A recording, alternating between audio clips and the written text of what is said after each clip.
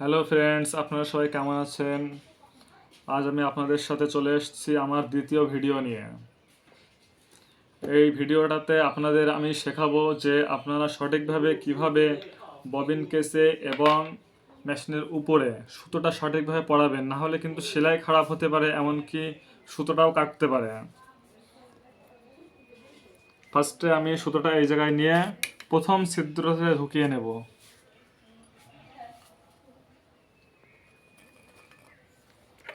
এইভাবে ধরবো, ধরে 3-4 পেস মেরে নেবো যাতে সুতোটা টাইট হয়ে থাকে। তারপরে আপনারা একটা পেরেক ইউজ করতে পারেন অথবা একটা স্ক্রুড্রাইভারও ইউজ করতে পারেন ছোট সাইজের, যাতে ছিদ্রটার থেকে ছোট হয়।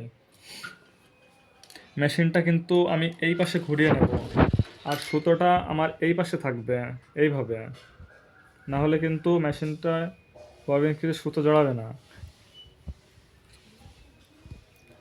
পেরেকটা নিয়ে নিলাম, মেশিনটা ঘুরিয়ে নিলাম, এইভাবে ধরে রাখতে হবে টাইট করে। আমি কিছুটা সুতোটা পরিয়ে নিলাম আপনাদের দেখানোর জন্য, পুরোটা জড়াচ্ছি না।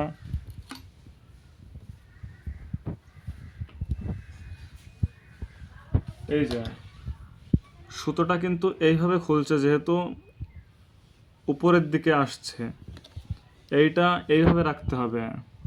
ববিন কেসের যে ছিদ্র আছে এইটা আমি উপরে নিয়ে নেব বাঁ হাতে, এবং ডান হাতে ববিন কেসটা ধরে পুরোটা ঢুকিয়ে দিলাম।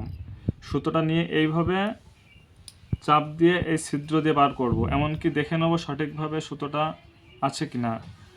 অনেকের সুতো টাইট হয়, অনেকের লুজ হয়ে যায়, তার জন্য এই যে স্ক্রুপটা আছে এটা ইউজ করে টাইট এবং লুজ করতে পারেন আপনারা ছোট স্ক্রুড্রাইভারের সাহায্যে। এবার আমি এইভাবে ববিন কেসটা ধরবো, এইভাবে একটা ছোট স্প্রিংয়ের সাহায্যে একটু টান আছে, এইটা ধরতে হবে এইভাবে বাঁ হাত দিয়ে। সমানভাবে আমি ববিন কেসটা এইভাবে লাগিয়ে নেব। সুচ যদি নিচে থাকে, নিচেতে যদি সুচ চলে আসে তাহলে কিন্তু ববিন কেসটা লাগবে না। এই সুচটা উপরে তুলে নিতে হবে, নেওয়ার পরে এইভাবে ববিন কেসটা লাগিয়ে নিতে হবে। এমনকি ববিন কেস লাগানোর পরে দেখতে হবে এটা টান পড়ছে কিনা। যদি টান পড়ে তাহলে সঠিকভাবে লেগেছে, যদি এটা লুজ থাকে তাহলে ভাবতে হবে এটা সঠিকভাবে লাগেনি। এই যে ছিদ্র আছে দুটো প্লেটের মাঝখানে,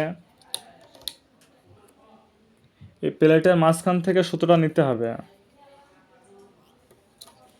এই যে, তাহলে একটু টাইট হবে। প্লেটের মাঝখান থেকে নেওয়ার পরে এটা থেকে নিতে হবে, তারপর এখান থেকে নিয়ে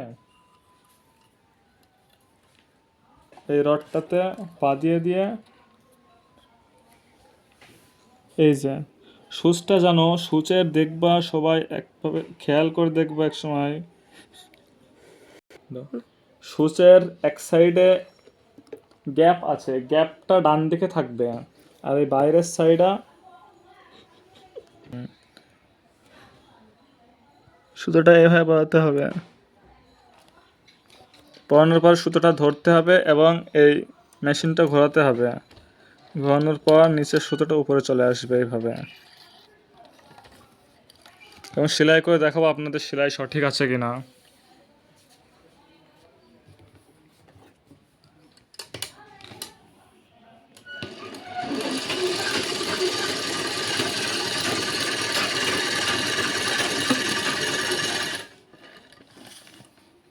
দেখে নিন